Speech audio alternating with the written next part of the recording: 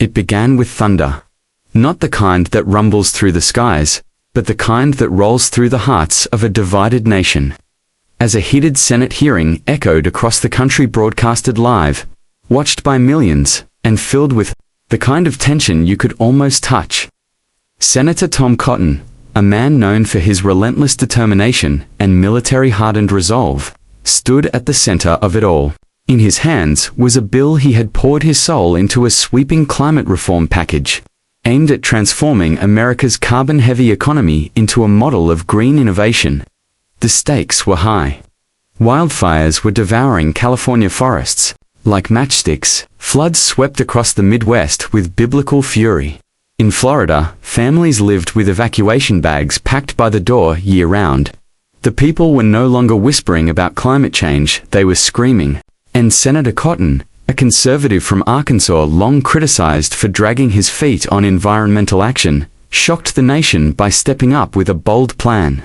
For once, it seemed, Washington was aligned on a common enemy: time.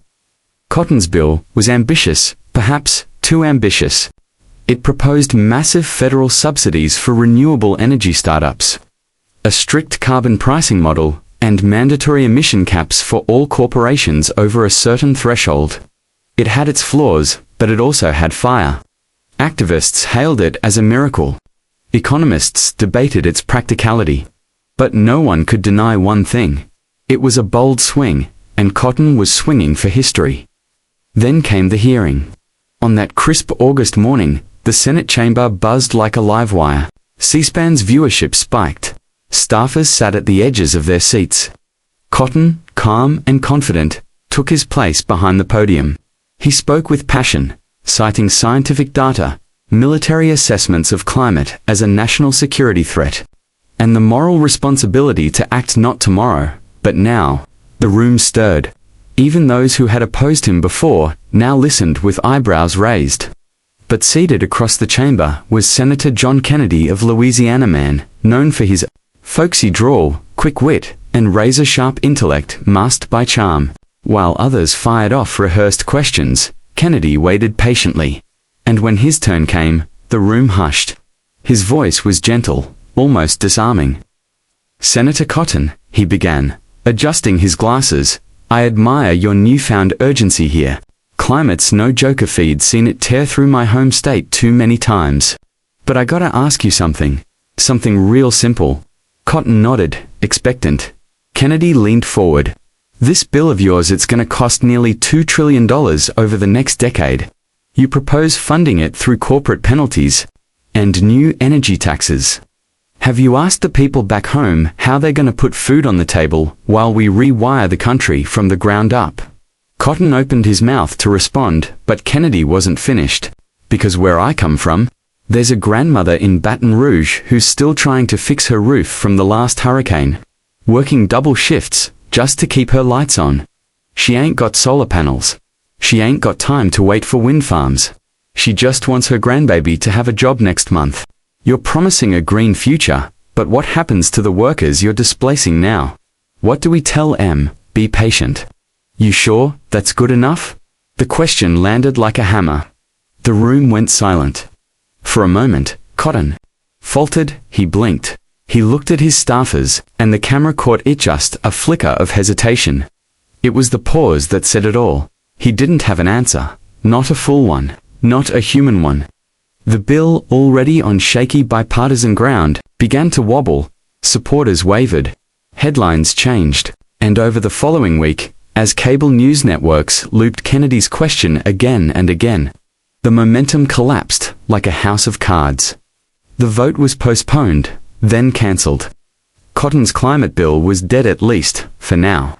But that's not where the story ends, because behind the scenes, something else was happening. Senator Kennedy didn't just ask a tough question to score points, he opened a door.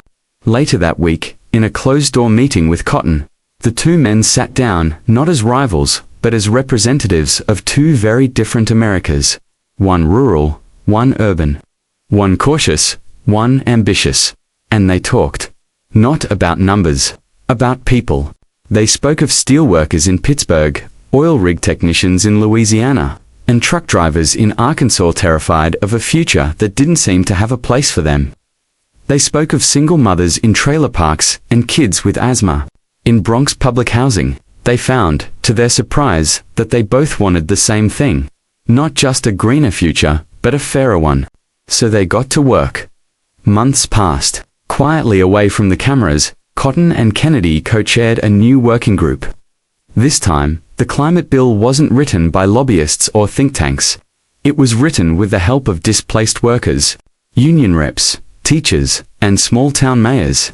They included job transition programs, tax relief for low-income households, local manufacturing incentives, retraining grants, and yes, renewable investment, but not at the expense of today's livelihoods. When the new bill was introduced 6 months later, it looked different. It was leaner, smarter, more compassionate. And this time it had something even rarer in Washington. Bipartisan backing, the vote passed with a wide majority. That night, on the Senate steps, reporters swarmed them. A young journalist asked Senator Cotton what had changed his mind. He looked over at Kennedy and smiled. "I didn't change my mind," he said. "I just finally learned how to listen. And that's the legacy that mattered. Not the bill, not the headlines, but the reminder that real progress doesn't come from shouting louder. It comes from asking the right questions and having the humility to answer them honestly." So, to the kids watching that hearing from their classrooms, to the farmers sitting in diners and the dreamers walking city blocks, here's what that day in the Senate meant: change is possible. But only when courage meets compassion. And sometimes, all it takes to stop a bill cold is the right question asked at the right time by someone willing to listen for the answer.